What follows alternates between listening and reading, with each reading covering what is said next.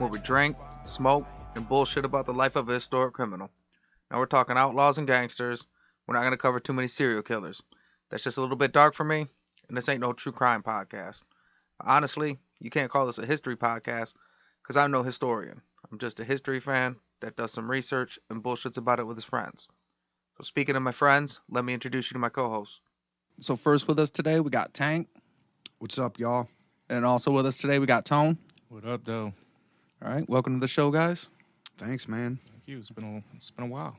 Yeah, well, and for me. it's our first time since the beginning of COVID that not only are we not on Zoom, but we're not in the basement dungeon either. We're actually back in the studio. You know, it's the real deal when you walk up the stairs and you see that fucking Grammy. Like, yeah. Yep. Soundsmith Studios, motherfucker. Right. Big time. So, Tank, why don't you go ahead and kick us off? What do you got to drink there? We got Petoskey Brewing, Horny Monk. I'm not sure if we had it on the show yet. If we did, then it's the second time, maybe. It says dark reddish, malty, complex Belgian-style ale, Belgian candied syrup, Belgian yeast. Produces a very smooth, complex, slightly sweet ale. I mean, it is. You could taste the malt. Ales are usually more hop forward, and lagers are more the malty backbones. But I mean, ales do fucking everything. But anyways, you normally can't taste as much malt as you can in this ale. It is sweet. It's easy drinking. It's 6.9, so it's one of those ones where the sweetness will let you forget how strong it is, and you'll be hammered in no time. It's pretty good too. With that Petoskey, that's Michigan beer, right? You got it. Northern Michigan on the west side. Beautiful area. So barely Michigan. It's almost Wisconsin. Yeah. It's not like the upper peninsula of Michigan, but it is like northern enough in Michigan to where it's a different kind of feel than from down here in the, quote, city. Yeah, that's where we went camping at, right? Yeah, just outside of Petoskey. We were just west of it, but yep. Tone, what you got to drink today? What is that, Sam L or Samuel? Samuel Smith? Samuel Smith. It's organic handcrafted fruit ale apricot. Nice. Is that your first time? You just kind of picked it up? Yeah, I'd seen it at Discount Drinks. I picked it up. Sounded good. Tastes good. It's in a fancy-ass bottle. Mm-hmm. It's almost like a cider. It's got that cider aftertaste. You guys got the two things that encourage me to buy a beer. Either a childish name or a cool-looking bottle. Right. Those are the two things that make me buy your beer. Right. I'm back on my bullshit, so I'm trying to watch my figure, even though the summer's basically over. But I got some New Holland Brewing Light Point. It's a functional wheat ale. And by functional, it means low carb, basically. Oh. So it's Nice. well, I mean, the good thing about craft beers is it used to be like if you wanted to kind of have a light beer, you had to go Mick Ultra, and there was no other options. Right. But now you can at least get a decent craft beer and still not be a fat fuck. But well, I mean, I can't. But I do like how you said that you're like I'm back on my bullshit because like as a as a fat guy who's like trying to diet and lose weight, it's like, well, maybe it is kind of bullshit. I mean, we are at that age in our life where we can't lie to ourselves no more about some shit like that. He said back on my bullshit. about to start on this shit I know I'm gonna fail at, and this is my best attempt is low calorie beer. I'm not gonna work out or diet or try hard or anything, but I'll stop drinking like 11% stouts. Right. That's my diet. Anything helps. Yeah. Well, and I drink that much that it actually helped. Functional ale. I like that. It's kind of like in music where there's like that offshoot kind of band where it doesn't really sound like anybody, and then like 10 years later there's a genre of music named after them. It's like a brewer's just sitting around like, what should I call this low carb ale? And they're like, just call it a low carb ale. And they're like, no, man, everybody calls their shit that. Like, yeah, we got it. Functional ale. We're going to sell this to a lot of kayakers and mountain bikers and those guys that you see on the side of the road that are riding 10 speeds together with brightly colored clothes on and shit. It's not lazy people ale. It's functional ale. They're not on their bullshit. They never come off their bullshit. That's sad. Me trying to better myself is my bullshit. So Before we get started, like always, got to make sure we thank Sixfo Sueno for letting us use his music in the intro. And then we got to thank Cancer. We're using his song in the mid-roll. You can follow them on Instagram. It's Sixfo Sueno. It's F-O-E. And then Cancer's on Instagram at Cancer the God. The E is a 3. And then I also want to give a shout out to Soundsmith Studios. I know we got a big listener base. We got a lot of hip-hop heads, other podcasters listening to us. So if you guys are ever looking to record, he's one of the best in the industry. You can hit him up. Yeah, he's got a Facebook, Soundsmith Studios. I think they got an Instagram. Or you could hit us up and I could point you in the right direction. I probably should hit up DC and have them put that shit on the website. Yeah. But I will work on that. But we'll go ahead and get started. And today, the bad guy we're covering is Kelvin Darnell Martin. This ain't negotiation time. This is Scarface, final scene, fucking bazookas under each arm. Say hello to my little friend. 50 Cent. So we got Kelvin Darnell Martin, a.k.a. 50 Cent. All right. We're talking about Thought it was upside Curtis down. Jackson. Oh, okay. I was just gonna say no upside down sit-ups. Today we're covering wanksters, apparently. we cover mobsters, outlaws, prisoners. Never a wankster before. It's first time for everything. Hell yeah. The first thing I want to start off with, the very big difference between 50 Cent we know and Kelvin Martin is a lot of people refer to him as 50 cents. 50. Whenever they refer to him, it's always 50 Cent. Even whatever tense they're referring to him or whatever. But plenty of people called him 50 cents all the time.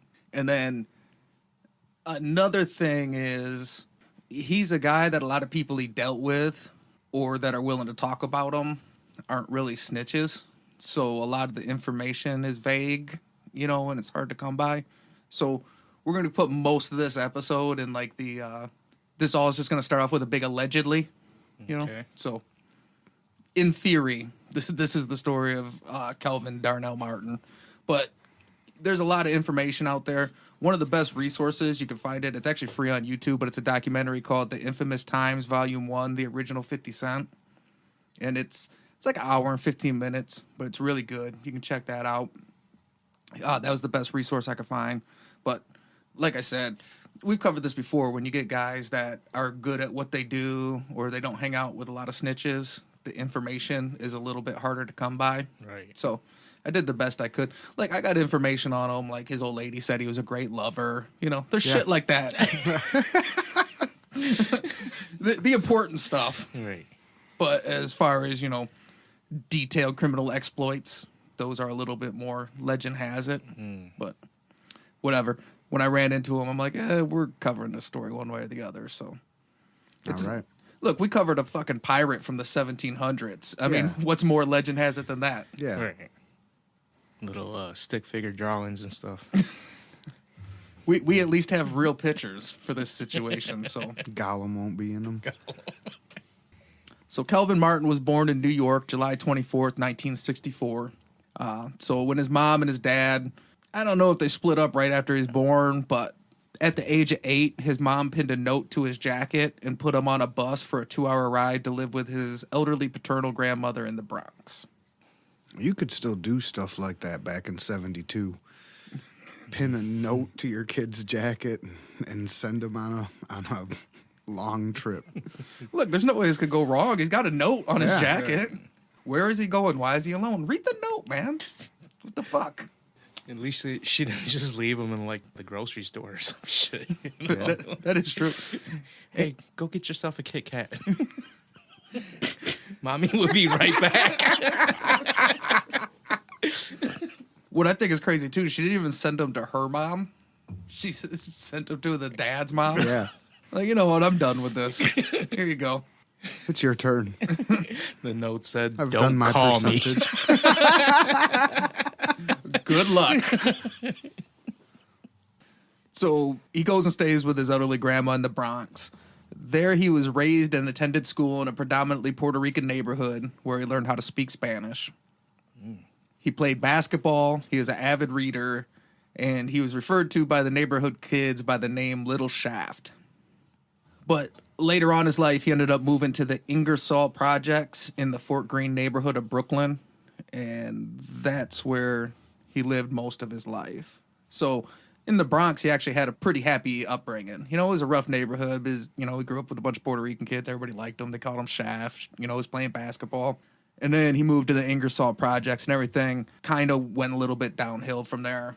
By then, his grandma was kind of way too old to raise him. So his primary disciplinarian was his aunt, who was still a child also. So she would try and keep him in line, but she was...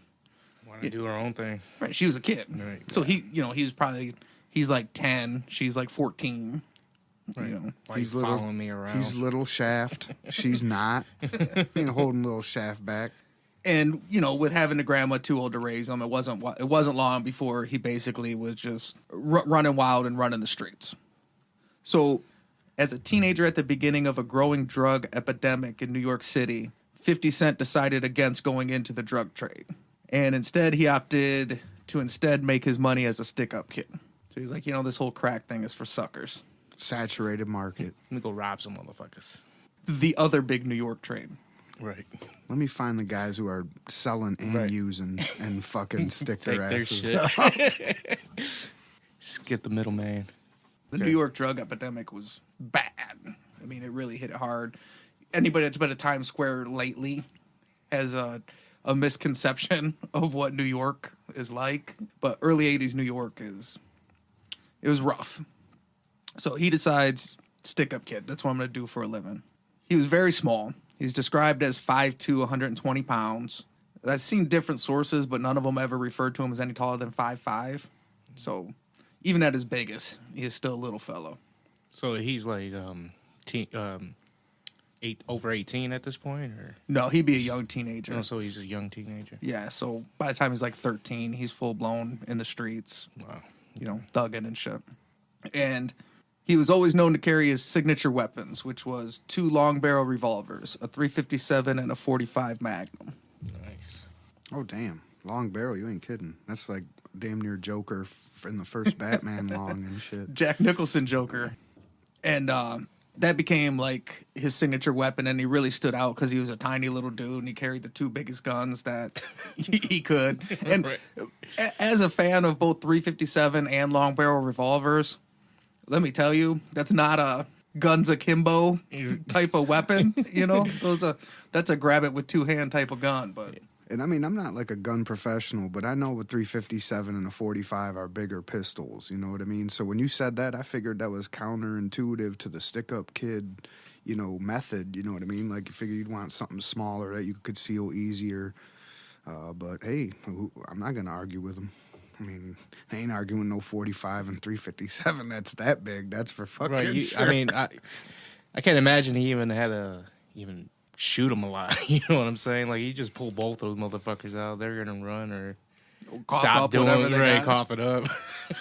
Well, you said conceal, so he was actually known for not even concealing them. He would just walk around with them out. Like, so even when they weren't in his hand, he would just Oh. have them out showing. Yeah, that's right. I forgot this was pre-Giuliani New York, so maybe you get away with that shit then. I just figured fucking rolling around New York City like he's fucking a Sundance kid and shit with his giant pistols. Well, Andy's in Brooklyn. No one gives a shit. Like, All the cops ain't five coming of over them there. and shit. Woo! He's coming down the street. There's fucking like trash tumbleweeds instead of fucking tumbleweeds. There's like fuckers are passed out on the corner instead of fucking the stereotypical dude with the big hat on like sleeping in the corner. It's just motherfuckers all strung out from crack and Right. shit. So there's 3 different theories to why he was known as 50 Cent. Nobody knows exactly for sure. But the first theory is because he would rob you no matter how little you had in your pocket. So it didn't matter what you had, he wanted it. So he'd rob you even if it was just for 50 cents.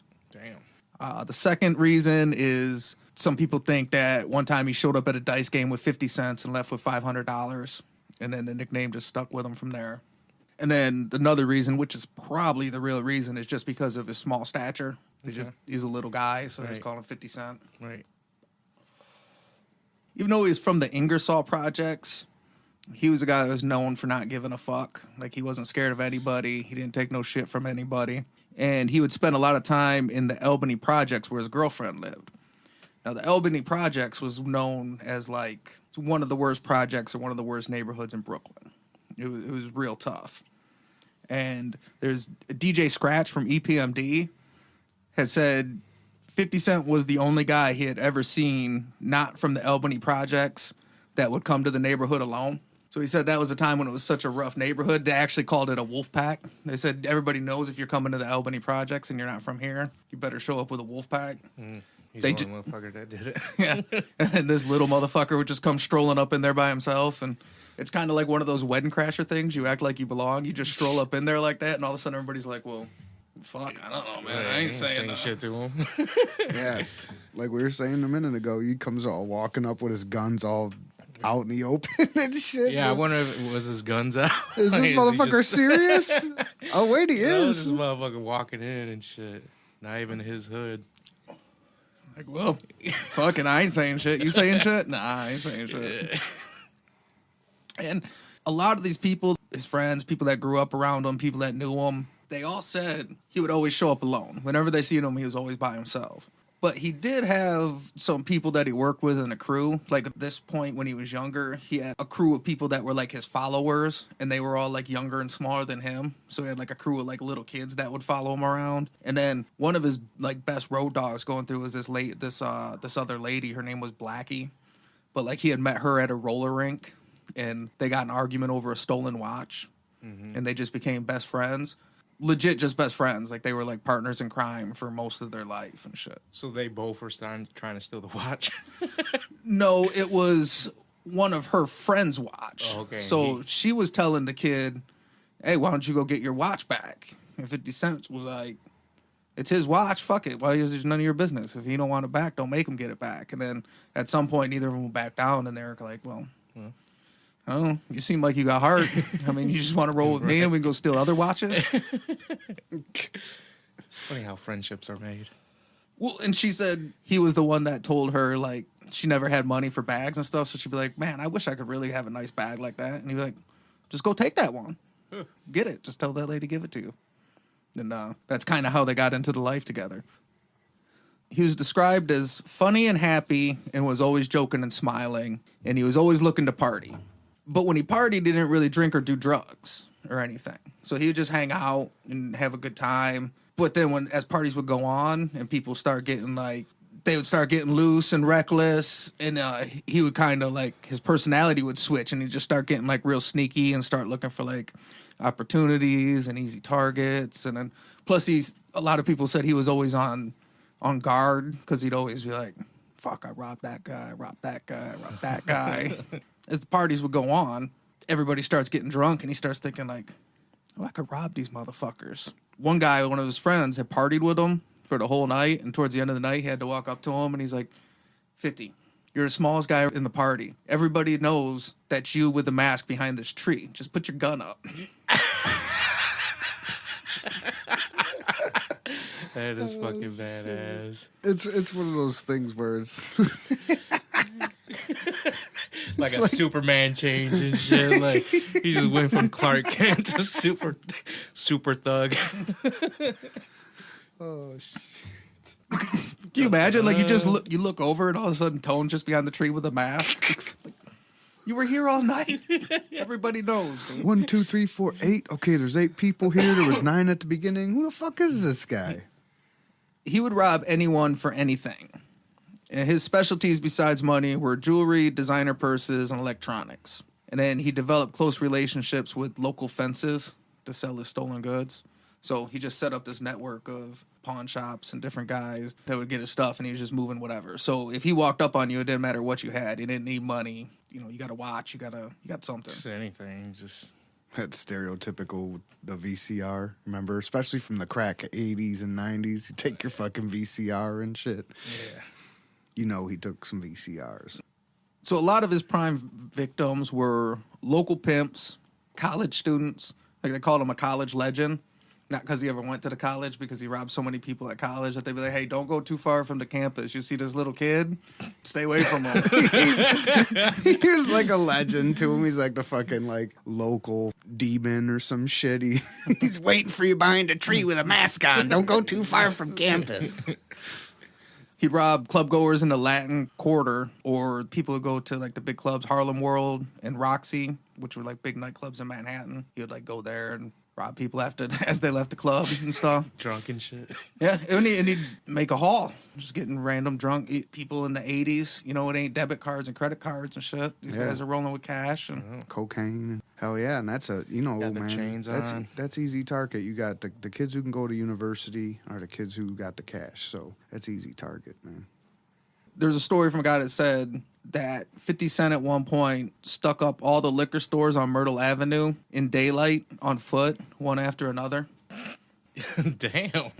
And we wondered why earlier in the show he say never drank or did drugs or smoked or whatever, because one day he was planning on walking into every liquor store one after another. And how can you do that if you go buy liquor and shit? They'll notice you. I mean, he's not a good disguise artist. His boys already told him, like, look, man, stop hiding behind trees. You ain't good at that. So that was his plan all along. Fucking a genius, man. They're gonna take every fucking liquor store. Why? Because I never been in them. I never bought a 40. I never fucking bought a deuce. None of that shit. Like that demon that the college kids talk about. Robbed us all. Damn. Another one of his big licks, he went to the Rick James concert at Giant Stadium in the New Jersey Meadowlands. He went there with another guy so they could just go through the crowd robbing people. So they're all just cooped up in there and everybody was tight and then you couldn't get to the cops and you couldn't scream for help or you couldn't do anything and they just went through the concert robbing the crowd. So like I was thinking pickpocketing. He actually just still robbing these motherfuckers. Probably that. Probably a little both, maybe. Yeah. A little slippery ass slinking in the crowd and fucking grabbing people's shit when they're not looking. So he eventually gets caught. In 1983, he was sent to Rikers Island. He was sent to C74 Adolescent Detention Center, which it's notoriously referred to as a gladiator school. You could do some research on it because we could do like a whole episode on the C74 and Rikers, but it's like one of the craziest like cell blocks in prison, and it's like 16 to 19-year-olds or something. Oh, so he's still young at this point. It was like that was the spot people were afraid to go to. Like when people were coming out, they were coming back to the neighborhoods like with giant scars on their face. They used to have like razor wars and stuff. So people were coming home like, dude, Rikers, C74, don't watch your shit, you know? And he goes there and it's it's bad prison. You know what I mean? It's like San Quentin in the 70s or whatever. It's, you know, it's bad. There he comes into contact with a cell block leader who is named Jimmy Henchman.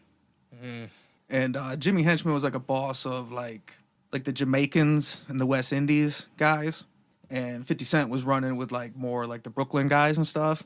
And 50 first caused attention. First time he ever really heard of him was he found out 50 was asking other people. Jimmy Henchman used to wear jewelry. And he used to always be like, hey, what's up with this guy that, you know, he can just wear jewelry around here? Like, we let that fly. And they kind of taught him, they're like, well, no, around here, you can wear jewelry if you're the guy because that's a sign that nobody's going to fuck with you and take it. Jimmy described him as a strategic thinker. He was known to handle his business, and he put work in on the street. So he kind of ends up being cool with this guy, Jimmy Henchman, because Jimmy Henchman thought, like, this motherfucker thinks he can rob me. Who's this little motherfucker? I like him. Mm-hmm. I mean, we've covered about every episode. We'll do it again. So it's Gangster College, right? Yeah. And he didn't go to state school. You know what I mean? He's at the Harvard of Gangster College. And eventually he ends up getting released and he returns to his old line of work. And eventually, once he gets out, Jimmy the Henchman was still in prison for a while after he was out. And he said that, like, he would start hearing the name 50 Cent, but he started to know that he was doing good because he would see pictures of him. Like, they would write letters back and forth, and you'd see pictures of him with jewelry on at, like, the Abley Square Mall. And, you know, like, when he'd be in these really rough neighborhoods, he started, like, taking to wearing jewelry wherever he'd go. And he was like, it's my move, man. Cut from the same cloth we are. So after his release, he goes back on the street, and he goes back to the same thing. Becoming an affiliate of a street gang called the Supreme Team. So he starts running with the Supreme Team. They kind of school him up. Like, they take him under his wing and teach him how to refine his robbing skills. And he has a daughter with his girlfriend. He's actually with the same girlfriend. Her name was Precious Golston. He had been with her since he was real young. And the lady, that other gangster, Blackie, that he ran with when he was younger, like, she had a kid. He was, like, the kid's godfather. And he had a daughter. He would mostly stay at the Albany Projects with his old lady and her parents and shit. And he was, like, a really good regular dude to his family. And then he'd just go out on the street and rob everybody. Now when he goes back out, he's got more of a skill set now. And he starts to expand his target base. And he becomes a pioneer for a New York racket that would become huge for decades after. He took to robbing local New York rappers. Out of the rappers he's said to have robbed, he robbed LL Cool J for a gold chain while in a White Castle parking lot. The band Houdini, he also robbed. And then he robbed Jam Master Jay for a chain, which led to an altercation that escalated into a shootout with a group called the Hollis Crew. So it's weird because you think Run DMC, that's like clean hip-hop, right? Yeah. But They said Jam Master Jay was in some shit, so... yeah, he was in a shootout. Him and the Hollis Crew was some fucking with the Supreme Team. This is all Henchman's fault, man. He went up in the clink and he's like, hey, what's with the juice and the jewelry, man? How come you got the juice if you can wear the jewelry? So now he's looking at all the rappers and shit like these motherfuckers don't even know the rules in the clink. I'm taking their fucking jewelry and showing them who the fucking alpha is. Nice. Who's that, Rakim? Yeah. You got Rakim too? So he's said to have snatched Rakim's chain, or his charm. Now, the reason that one seems iffy to me is because he is also known to be pretty good friends with Eric B. He became such good friends with him that he was pictured on the back of the Paid in Full album cover. No shit. Yeah, with Eric B and Rakim, and then it was him and a couple other people from the Supreme Team were all on the back of that album cover. But Yeah, I believe it because his technique and earlier is wait till you get all fucked up and snatch your shit. So I believe it. it might have been on the day of that picture shoot. Only because Rakim's one of my favorites. So yeah, that motherfucker stole his charm and shit. Fucker. Waited till they recorded one night or something. They're all partying. Fucking Eric B and Rakim fucking fell asleep and he fucking took his charm and shit, man. I looked up Houdini, and I couldn't find any real pictures of them with a lot of jewelry on. It's weird. All those other ones you can definitely see. Their chains, their style. Hey, he was 50 cents. It didn't matter how big your chain was. Yeah, right. That just made it even better for that motherfucker. He's He like, probably I'm just still did it gonna because get they your was shit. Houdini, you know? Like, yeah. But it's small. I'm still taking it. I Give me robbed that shit, Houdini. too. Give me it. They don't call me fucking $1. They call me 50 cents. Give me that little shit. Give me that leather hat. Right. I got a hat guy over in Queens. Sell this shit for $5 tomorrow. All right, so we're going to take a quick smoke break, refill our drinks, and we'll be back in a minute. Round here, animal kids wanna be king. Round here, animal kids wanna be king. Round here, animal kids wanna be king. Round here, animal kids wanna be king. Round here, animal kids wanna be king. Round here, animal kids wanna be king. Round here, animal kids wanna be king. I stare from figures of fame. Dear mama, these amateur cannibals crave power. Grave robbers, murder for favor from fake fathers. Disorder in the chapel with shackles to break out of. They cower, solo but mob 'em and they crowd us. Spilling in the street with heat like hot lava. Pop bottles, molotovs tossed and rocks follow. Ominous disciples like vipers, they strike quickly. Come at me like an army, I'm tearing you down with me. Spit like a baron, rulers are bred like Kaiser. Roll with the goal and get beaten like outsiders. These amateur animals swing in the wrong jungle. Climbing the wrong vines mean these lions will snuff you. Concrete wilderness building our own structures. Writing our own order, appointing our own judges. Overthrowing authority, morally lack conscience. Fighting for survival with rivals with throat punches. Round here, animal kids wanna be king. Round here, animal kids wanna be king. Round here, animal kids wanna be king. Round here, animal kids wanna be king. Round here, animal kids wanna be king. Round here, animal kids wanna be king. Round here, animal kids wanna be king.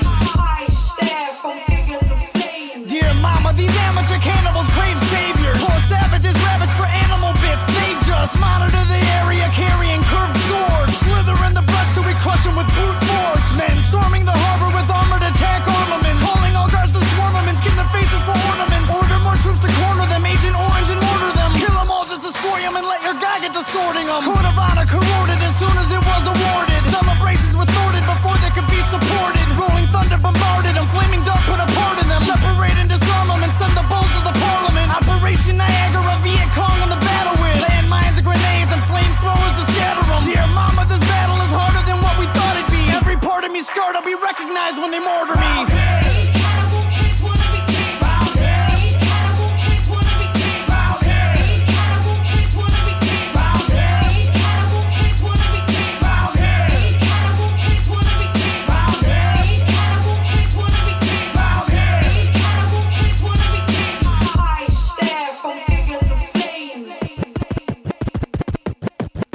It's almost time to run, put on your army helmets now. You're running toward the sun with all your guns, defenses down. Flashes everywhere, the lights create an atmosphere. Water in your lungs, you pray for death, but life is here. You're about to die, face it, you're about to die. Zero sand in your glass, fuck it, you can't even cry. Put a dagger to your neck, just to keep yourself in check. Put a dagger to your neck, just to keep yourself in check. Everybody grab a side as you fight to stay alive. Dancing on a hand grenade so you can die and they survive. Silver bullets in the sky, dropping 7-second death. Scattering the children, run, rub until there's nothing left. Ashes in the water, sons and daughters holding flags up high. Wallow in the harbor as the military tanks arrive. Penetrate the border with disorder like an animal. Every war has the honor of turning kings into cannibals.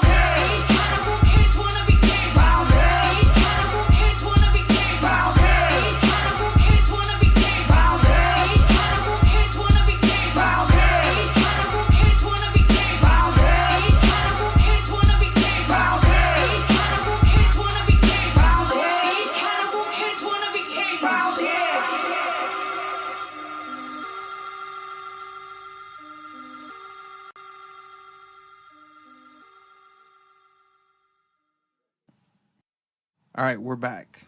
Tank, looks like you about to crack open a different beer. Yeah, I got a Boss Tweed. It's my go-to. Old Nation Brewing here in Michigan for any new listeners. Great brewery and a great brew. 9.3 and super tasty. You got a new beer, Tone? Yeah, this is fucking good. Aislinn. It says double discount sour ale brewed with raspberries and tangerines. What is it? 2 times what? It just says 2 times top quality raspberries, tangerines. 6.5. 6.5. I like it 2 times. Like 2 times what? It's, you put it in there. Yeah. So.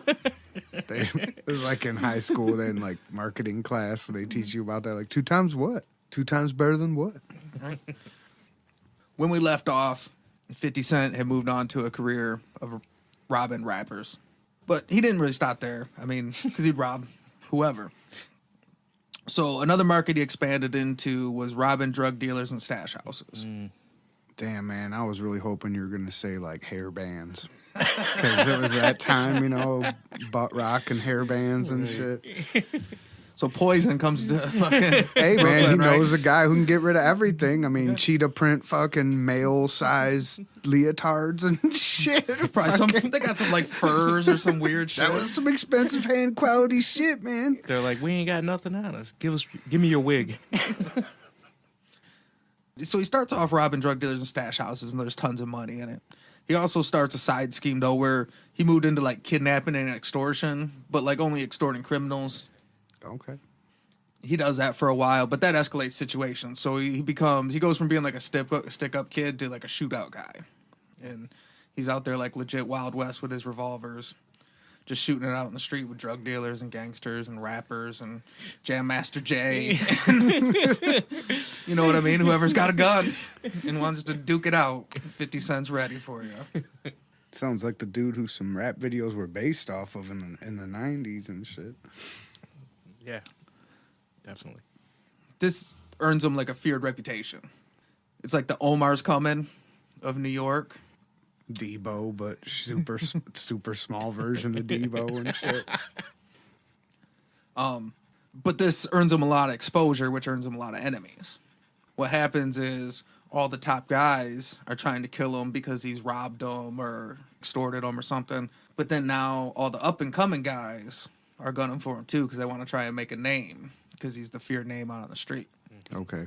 He's said to have been stabbed twice and shot over the course of his life. He was shot 24 times in 9 different incidents. Fucking hell. 24. Maybe they were using a 357 and a 45. Maybe they're using some shitty ammo or something. But goddamn, 24. I was gonna say they don't sound like they were using a 357 or a 45. But Not fuck, on him. He was using it on them. I know. Who knows? That could be a skewed number. Even if it was 12, still Yeah, a lot. Whatever. Well, look, he's been shot enough times. We skipped over the fact that he's stabbed twice. We didn't even talk about that. Yep. He was never indicted on a murder, but he's been attributed to close to a body count as high as 30. Damn, 30. All right. It could be none. Yeah. The law says none. One-armed Joe said 30. The law says 0. I'm with whatever. I guess we'll go with 0. In this country, you're innocent until proven guilty. And snitches get stitches, so we'll never fucking know and shit. He starts to develop so many enemies in the neighborhood. Friends described his life as day-to-day living. Yeah. I can And imagine. he kind of became aware that he wasn't going to be able to keep himself alive too long. It's like every day is like you wake up. It's like guerrilla warfare, shootouts in the street, shit like that. The constant pressure makes him avoid going to the houses of his friends or loved ones because he's like, well, I'm not trying to bring that to my girl's house or here or there. So That's cool. You didn't want to bounce out and head out west or nothing? that would have sounded like a good idea. He decides he needs to get out of the area. So he's like, I gotta do something. So with limited options, he figured the one place he'd go where none of his enemies could find him was the U.S. Army. He's still this young and shit that this is still an option. Damn. He was a pretty good soldier. So he made it through basic training. He made it through MOS training. He got like a job in the Army. He was Oh shit. yeah, he got high ranks in most stuff. So what's the logistics on that? So when he went to the clink and he was in there with henchmen, he didn't get charged with a felony? They were taking felons in the service back then? Wow, that's wild, but all right. Well, I guess they weren't. So after 7 months, so he was only in the Army for 7 months. Oh, all right. But yeah, he made it through the shit. He got the training. He got into the Army, and then exactly what you said happened is they're like, hey, you don't just have felonies. You're wanted on a felony warrant in New York like right now. But I'm a good soldier. You need me to fucking go steal some information from a adversary? I can do that. I'll get him drunk. I'll wait till he passes out, and I'll fucking steal the files, man. Come on. I should be in the CI fucking A. Right. They could have actually did something with him, because this motherfucker's been trained in fucking Rikers, the streets, feared him. Yeah, triple now we X, triple X style and shit. Now we got military training. I jumped the gun on him, and I forgot that this isn't fucking 2021 where it's all electronic, you know what I mean? And they would have found that out off Jump Street or maybe day 3 or something. He made it 7 months in before it, made its way into the... I'm just surprised he didn't, well, I guess, I don't know. I mean, he's young, but he's fucking been playing a grown-up role for quite some time now. I mean, you would have think he got a different identity or something. It would have been smarter. I don't know. I guess he thought. He just wanted to fuck up because people were breathing down his neck, and he's like, well, I can do the Army thing. Right, yeah. I guess that would have took a little bit more time. He was found on a felony robbery warrant. Due to his good service, he received an honorable discharge, but was sent back to New York to face the charges. Good old boy, got an honorable. 50 Cent. Kelvin 50 Cent Martin with that honorable discharge Yep. from the Army. Damn. So they sent him back to New York, and with new other options and his new military skill set, he went back to the streets. And Motherfucker, bro. He's ready to fucking roll now. Dude, I'm back, bitches. And could you imagine that time for him, too? He's been in prison. He was a stick-up kid. He was just robbing random motherfuckers. Like, he had the juice. And then he went into the service. And, I mean, I'm thinking Full Metal Jacket style service, like from the 80s, where they didn't have no fucking OSHA regulations and there was no goddamn internet fucking outrage and shit, and they were yelling at him in his face, and there wasn't shit he could do about it. So now he's probably like, he's like mega criminal now and shit. He's ready to fucking roll. I've been on both sides of it. One man army, shit. So a lot of people said that once he came back, he is even more violent and wild than ever. Like in his violence escalation, one time him and a friend went up to an apartment with someone he had a beef with. He knocked on the door, and then when he could see that they came to the door, he just opened fire through the peephole.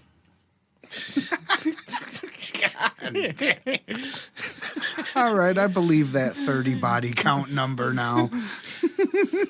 Shit. Maybe he did go to CIA school, because that's dark. Some John Wick shit. Living in the escalation, this violent escalation. One time he's at the LB Square Mall. While there, he got into it with someone that he had robbed, and he ends up getting shot. I didn't have a count of the bullets, but he got shot up so bad that word had spread that he was dead. But he ended up recovering. But he was so fucked up afterwards. After that, he took to wearing a bulletproof vest everywhere he went. He's like, nope, this is 17 fucking times I've been shot now. My ass if it's gonna be 18. I'm getting a fucking vest. You were already walking down the street with 2 long barrel revolvers. Now you're gonna add a bulletproof vest to it. Fucking tank. Just fucking walking down the street like a soldier and shit. By now, though, he's being hunted by all the biggest gangsters and drug dealers in all 5 boroughs. So everywhere he goes, he's wanted. He decides he wants to bunker down in the Albany projects.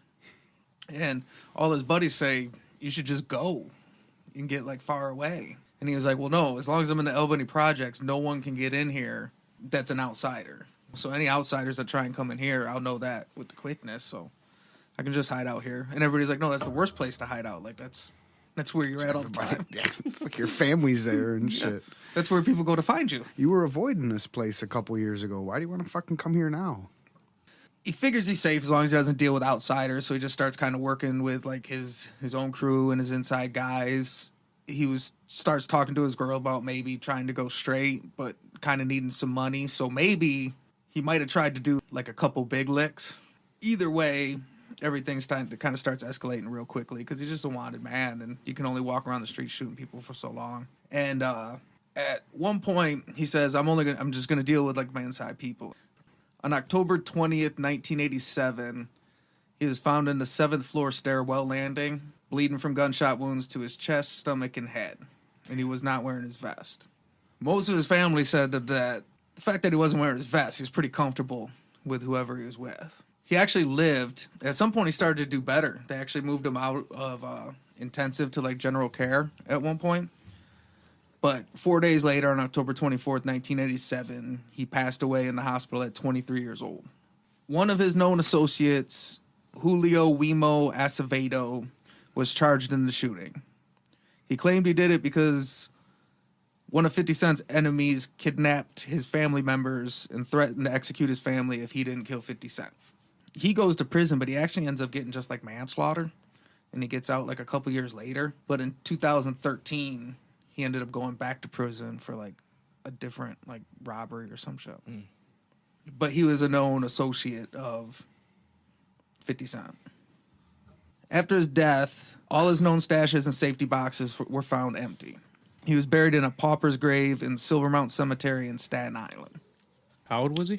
23. 23, man. That was the shit that he listed off, and I kept on thinking he was older than he was at certain points of the story. I mean, yeah, drinking the beer and shit don't help. But anyways, like I thought that weird. I mean, even throughout, he'd give us reminders of the dates, and I still thought he was an older fellow than that when he, at the end. But damn, 23, what a fucking life too, man. Fucking robbing rappers and shit. Been in the prison, went to the fucking military, and still dead at 23. That's wild. I mean, it's just the life he'd lived. I mean, it's really quite surprising he lived to 23. I mean, you've been doing this since he was like 13, I think you said he was, or something, when he started walking around with guns. So he was buried in a mass grave with 4 other bodies. So he's buried with no headstone. Damn. And then a headstone was added later that's now developed in like to a cult attraction. So here's 50 Cent's. Oh shit. No, headstone. That's fucking sweet. So now he's got a headstone there. In a documentary about 50 Cent, the rapper 50 Cent said, like, if you could tell, they asked, like, if you could tell 50 Cent any one thing, because they're talking about how he took his name and shit like that. And he said, 50 Cent was like, just let him know that we remember him and, you know, blah, blah, blah. So when the documentary found out he didn't have a tombstone, 50 Cent said he would buy it.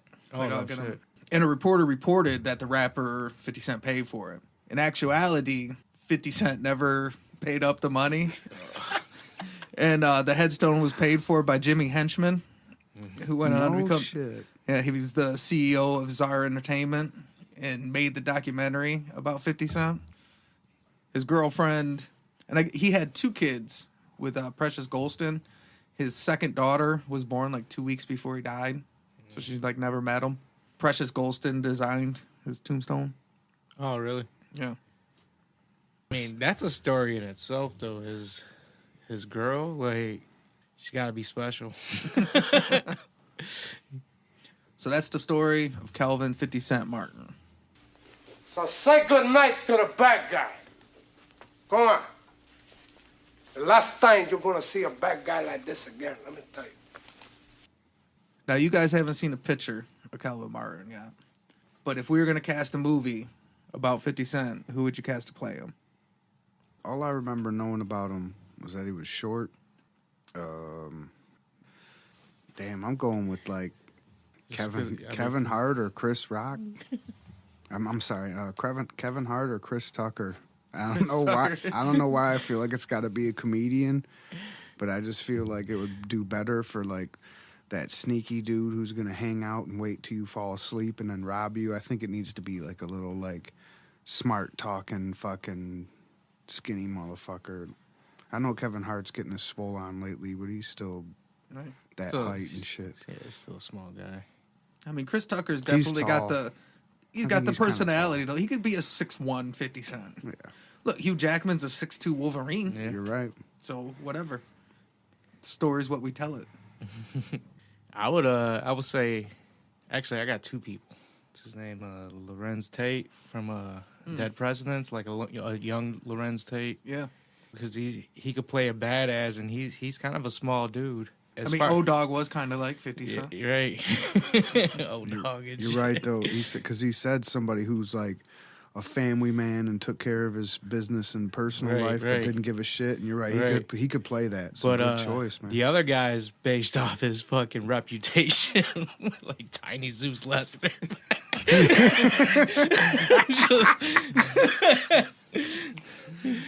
That's so funny that you both picked the smallest actor, you know, and the biggest fucking actor, you know.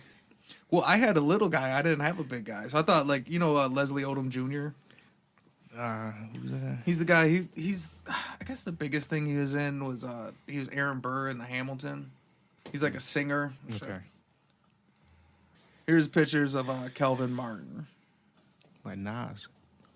And Blue then jean, baby. That was like a universal fashion accessory of the 80s. denim. Well, I mean, Denim. he died in 87, so that's prime Yep. denim fucking time. And then here's that's the Paid in Full album cover. So that's 50 Cent. And then this guy here is a guy named Rap. He was like one of the main big time gangsters in the Supreme team. And he was kind of like 50 Cent's mentor. Oh shit. People from their crew, like they're boys, not like they're like business crew from this album cover. They're like, man, who are these dudes, man? I mean, I know you just met them. Why they got to be on your album cover? Like, look, man, just Shut the fuck up. it's just a picture, dude. It's, Tuck in your chain and it's shut on the fuck It's up. on the back and shit. That's the night right there. 8 hours after this, Rakim's charm. Yep. Gone. Yep. Caught him slipping.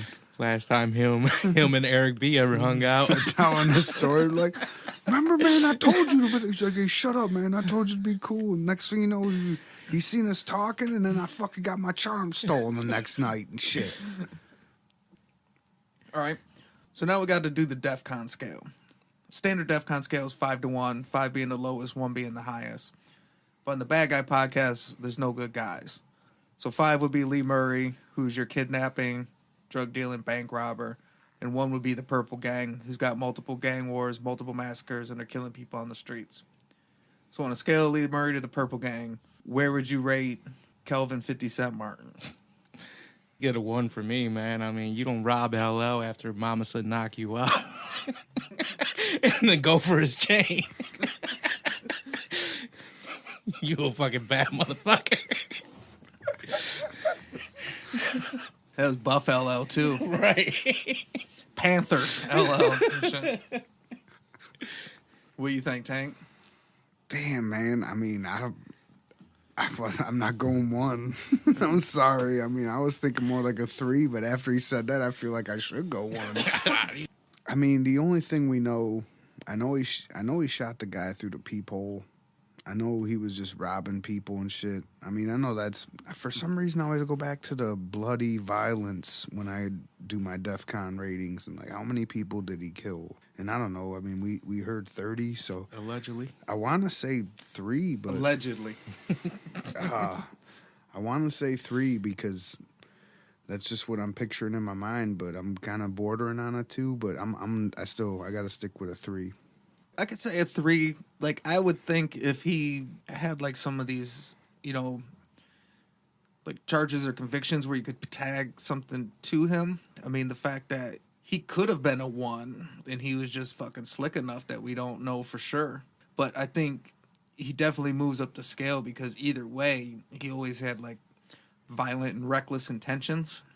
So even though this is, like, in Brooklyn, New York, I think that's kind of where we land with, like, a cowboy. Like Wild West cowboys that are kind of out there shooting it out and running around. We usually go around a 3 because it's the same thing. Like, Right. you know, you're out there fucking pistol fighting. But you're also, what are you going to do? You live in how many projects? You know, what are you going to do? You got to shoot it out sometimes. Right. All right. So we'll call that majority DEF CON 3. SAC, this is Crystal Palace. Sync NORAD has declared DEFCON 3. Scramble all alert aircraft.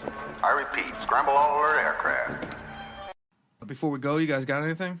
Yeah, I like the story a lot. I'd never heard of the actual 50 Cent. Yeah, I never knew. I thought that was like an original. You know, I know nothing's original anymore, but I thought that was like for some reason he had his own backstory for why they called him 50 Cent. But either way, yeah, man, good choice. The 90s hip-hop ties in, the 80s hip-hop ties in. That's pretty cool. I mean, that's something that I'm definitely interested in general. Yeah, So, for sure. yeah, man, this was a good one. Nice story. Another thing I wanted to say is you had mentioned on the podcast one time I've never seen the show Power, Right. but you did. And that's a 50 Cent show. Like, he produces it and stuff too, right? Right. And one of the guys is named Tommy Egan. Right. And you said that on the podcast. Like, hey, that guy's named Tommy Egan. And then we covered the guy nicknamed The Ghost. Mm-hmm. And you were like, hey, he's got a guy in his show that's called The Ghost and shit. And then his name comes from Right. a Brooklyn gangster that he died 13 years before 50 Cent's first album. Yeah. So, like, 50 Cent's got a thing for just, Yeah. 50 cents. Organized crime. yeah, his criminal history and shit. I mean, maybe it's a coincidence, but, I mean... No, he definitely knows his criminal Yeah. history. Well, then he does, because those are deep cuts and shit. Mm-hmm. And you should pay for that headstone. Yeah, he Come on, should bro. have. Life water, man. For sure, right. Because this would have been around that time. Like, when did that documentary come out? I don't know. I probably See- should know. Probably early 2000s or something, Yeah. right? Yeah, seems Yeah, right. he would have had that around then. Yeah. See I mean, he's the big Floyd? star. All right. Well, this is Say Hello to the Bad Guy. Thanks for coming, and thanks for listening. Hybrid, hybrid, hybrid, hybrid.